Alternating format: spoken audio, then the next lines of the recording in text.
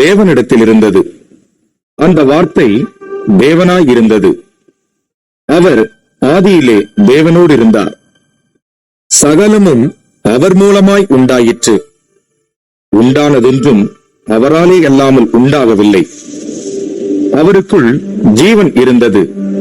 அந்த ஜீவன் மனுஷருக்கு ஒளியாய் இருந்தது. அந்த ஒளி இருளிலே பிரகாசிக்கிறது. இருளானது அதை பற்றிக் கொள்ளவில்லை. தேவனால் அனுப்பப்பட்ட ஒரு மனுஷன் இருந்தான். அவன் பேர் யோவான். அவன் தன்னால் எல்லாரும் விசுவாசிக்கும்படி அந்த ஒளியை குறித்து சாட்சி கொடுக்க சாட்சியாக வந்தான். அவன் அந்த ஒளி அல்ல, அந்த ஒளியை குறித்து சாட்சி கொடுக்க வந்தவனாய் இருந்தான். உலகத்திலே வந்து எந்த மனுஷனையும் பிரகாசிப்பிக்கிற ஒளியே அந்த மெய்யான ஒளி. அவர் உலகத்தில் இருந்தார். உலகம் அவர் மூலமாய் உண்டாயிற்று. உலகமோ அவரை அறியவில்லை. அவர் தமக்கு சொந்தமானதிலே வந்தார். அவருக்கு சொந்தமானவர்களோ அவரை ஏற்றுக்கொள்ளவில்லை. அவருடைய நாமத்தின் மேல் விசுவாசமுள்ளவர்களாய் அவரை ஏற்றுக்கொண்டவர்கள் எத்தனை பேர்களோ அத்தனை பேர்களும் தேவனுடைய பிள்ளைகளாகும்படி அவர்களுக்கு அதிகாரம் கொடுத்தார். அவர்கள் இரத்தத்தினாலாவது மாம்ச சித்தத்தினாலாவது புருஷனுடைய சித்தத்தினாலாவது பிறவாமல் தேவனாலே பிறந்தவர்கள். அந்த வார்த்தை மாம்சமாகி கிருபையினாலும் சத்தியத்தினாலும் நிறைந்தவராய் நமக்குள்ளே வாசம் பண்ணினார். அவருடைய மகிமையை கண்டோம். அது பிதாவுக்கு ஒரே பேரானவருடைய மகிமைக்கு ஏற்ற மகிமையாகவே இருந்தது.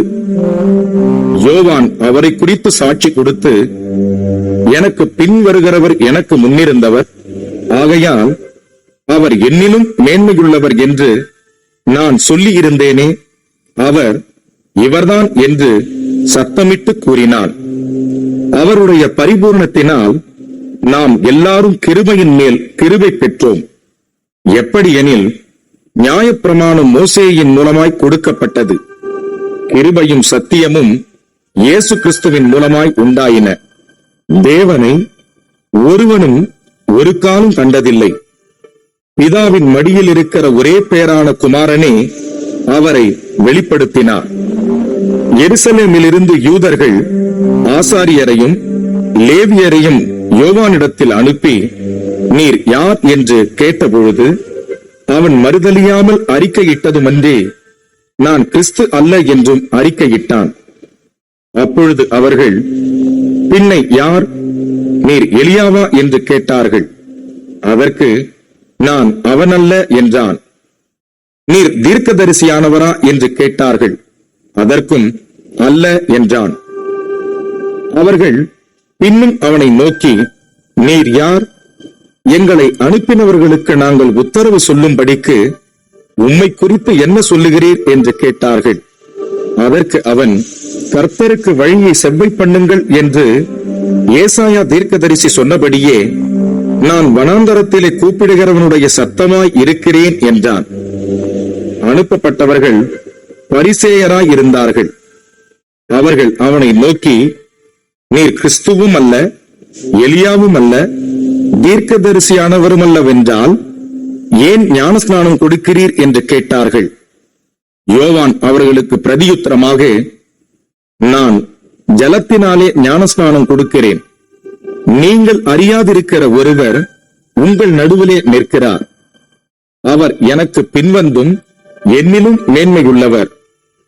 அவருடைய பாதரட்சையின் வாரை அவிழ்ப்பதற்கும் நான் பாத்திரன் அல்ல என்றான்.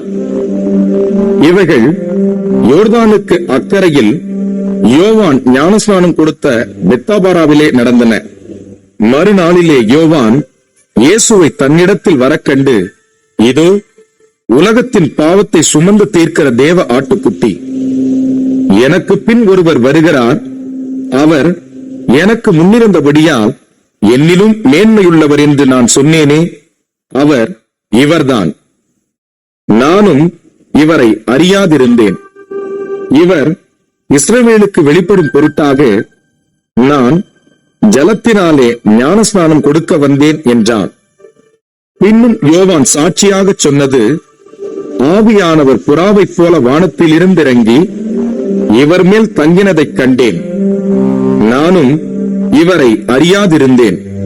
ஆனாலும் ஜலத்தினால் ஞானஸ்நானம் கொடுக்கும்படி என்னை அனுப்பினவர், ஆவியானவர் இறங்கி யார் மேல் தங்குவதை நீ காண்பாயோ அவரே பரிசுத்த ஆவியினால் ஞானஸ்நானம் கொடுக்கிறவர் என்று எனக்கு சொல்லியிருந்தார்.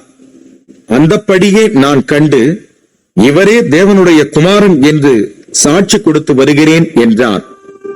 மறுநாளிலே யோவானும் அவனுடைய சீஷரில் 2 பேரும் நிற்கும்போது இயேசு நடந்து போகிறதை அவன் கண்டு, இதோ தேவ ஆட்டுக்குட்டி என்றான்.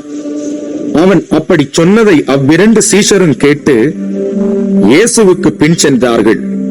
இயேசு திரும்பி அவர்கள் பின் செல்லுகிறதைக் கண்டு, என்ன தேடுகிறீர்கள் என்றார். அதற்கு அவர்கள், ரபி, நீர் எங்கே தங்கியிருக்கிறீர் என்று கேட்டார்கள். ரபி என்பதற்கு போதகரே என்று அர்த்தமாம். அவர், வந்து பாருங்கள் என்றார். அவர்கள் வந்து அவர் தங்கியிருந்த இடத்தைக் கண்டு அன்றைய தினம் அவரிடத்தில் தங்கினார்கள். அப்பொழுது ஏறக்குறைய 10 மணி வேளையாயிருந்தது. யோவான் சொன்னதை கேட்டு அவருக்கு பின் சென்ற 2 பேரில் ஒருவன் சீமோன் பேதுருவின் சகோதரனாகிய அந்திரேயா என்பவன். அவன் முதலாவது தன் சகோதரனாகிய சீமோனை கண்டு, மேசியாவை கண்டோம் என்று சொன்னான். மேசியா என்பதற்கு கிறிஸ்து என்று அர்த்தமாம். பின்பு அவனை இயேசுவினிடத்தில் கூட்டிக் கொண்டு வந்தான். இயேசு அவனை பார்த்து, நீ யோனாவின் மகனாகிய சீமோன், நீ கேபா என்னப்படுவாய் என்றார். கேபா என்பதற்கு பேதுரு என்று அர்த்தமாம். மறுநாளிலே இயேசு கலிலேயாவுக்கு போக மனதாயிருந்து பிலிப்புவை கண்டு, நீ எனக்கு பின் சென்று வா என்றார். பிலிப் என்பவன் அந்திரேயா பேதுரு என்பவர்களுடைய ஊராகிய பெத்சாயிதா பட்டணத்தான். பிலிப்பு நாத்தான்வேலை கண்டு, நியாய பிரமாணத்திலே மோசேயும் தீர்க்கதரிசிகளும் எழுதியிருக்கிறவரை கண்டோம். அவர் யோசேப்பின் குமாரனும் நாசரேத்தூரானுமாகிய இயேசுவே என்றான். அதற்கு நாத்தான்வேல், நாசரேத்திலிருந்து யாதொரு நன்மை உண்டாக கூடுமா என்றான். அதற்கு பிலிப்பு, வந்து பார் என்றான்.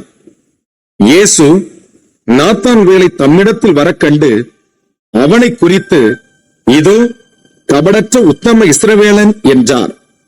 அதற்கு நாத்தான்வேல், நீர் என்னை எப்படி அறிவீர் என்றான். இயேசு அவனை நோக்கி, பிலிப்பு உன்னை அழைக்கிறதற்கு முன்னே நீ அத்திமரத்தின் கீழிருக்கும் போது உன்னை கண்டேன் என்றார். அதற்கு நாத்தான்வேல், ரபி, நீர் தேவனுடைய குமாரன், நீர் இஸ்ரவேலின் ராஜா என்றான்.